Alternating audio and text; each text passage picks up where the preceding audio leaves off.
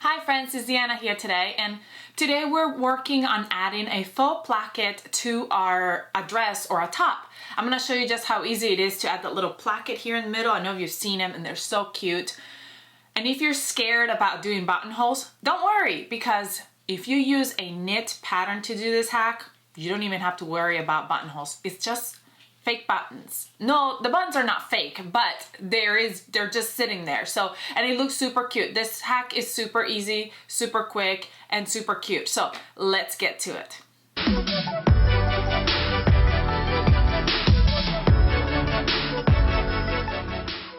All right, friends, this hack is so easy, and we can actually do this hack in any top or dress. I am going to be doing this hack on the staycation dress because I love that pattern. I know you all are probably like, we've been doing hacks on that dress all the time. Yes, because I'm just kind of obsessed with it. I love it so much. But like I said, you can do this using any pattern you want to use, as long as... No, I think you can use pretty much any pattern that's got a front. Okay, so this is what we're going to do. Here's my pattern piece. This is my front pattern piece. I'm doing the low neck. And what I'm going to do is I am going to add an inch right here at the front. So I'm gonna move back. I'll use my ruler and I'm going to mark my inch. Make sure it's an inch all the way down. Now you can go ahead and add like a little piece to your pattern. I have these lines on this rib knit that I'm using, so I know I'm gonna go right along that line, so I'm okay with that. But if you wanted to add a little piece, we're just adding some extra fabric at the front where we're gonna create that faux placket. And then I'm gonna go ahead and cut this out. I'm gonna go ahead and cut the rest of my dress out normally, as I normally would, because that's not gonna change. The only thing that's gonna change is the front piece. While my front is still folded in half, I'm gonna mark my half, where my half is right here, and I'm gonna open it up. I'm going to go over an inch from the top and mark that. And you're gonna mark at the bottom as well, but again, I have those lines right here that help to guide me. So you would mark the middle and the front and the bottom, and then we're gonna mark an inch on the other side as well. So I've got an inch from this is my middle piece, the middle of my piece, and I got an inch this way and an inch that way, and it's marked. And now what we're gonna do is we're gonna grab, I like to use pins because it makes things a lot easier. So we're gonna grab these pins and we're gonna lift up and come to that ½ inch right here. So we're going to overlap where that inch, I'm sorry, we're gonna overlap that inch.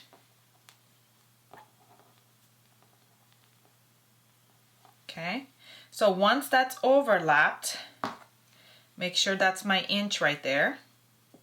Yep. Inch overlap. Make sure it's nice and even. And then I'll go ahead and pin it.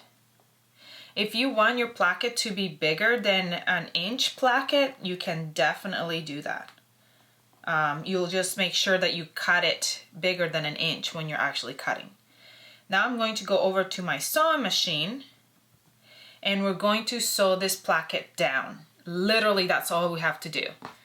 We're gonna go over right here on the edge about 1/8 of an inch and sew a straight stitch right here, and then we're gonna sew a straight stitch on the other side to create that placket.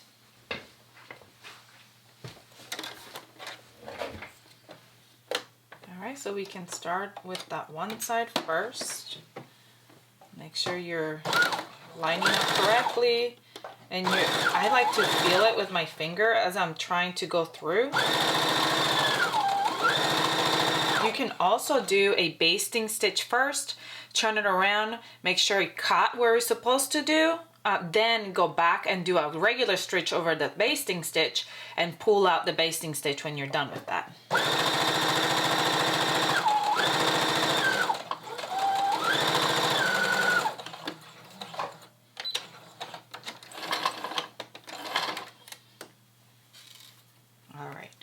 one side is done, and that's to keep it down, and then now my other side.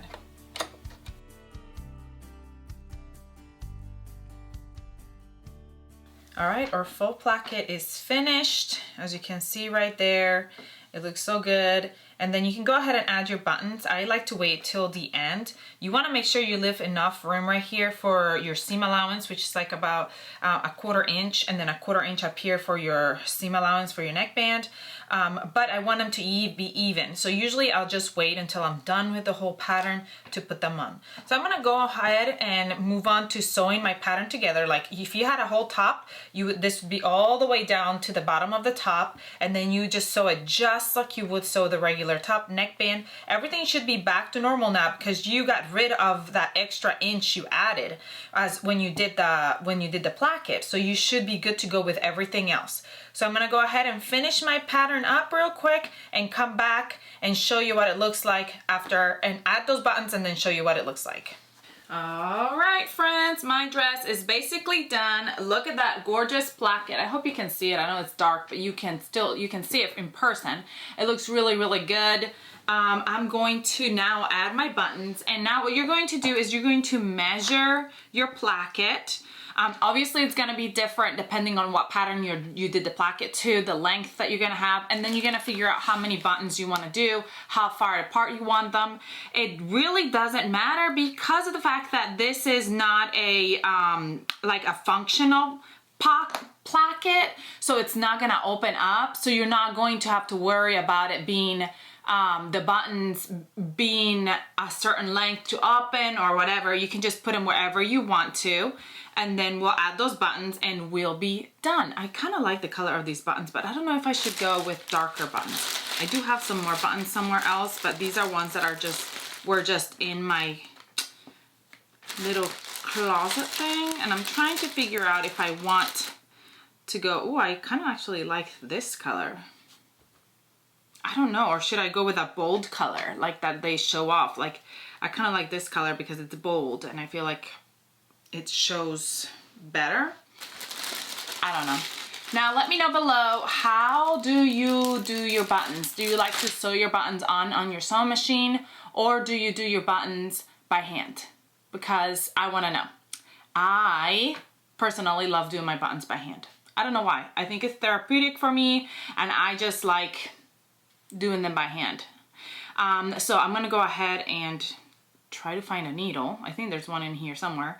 And then I'm gonna go ahead and put those buttons on, and then I'm gonna come back and show you just how cute that little faux placket looks.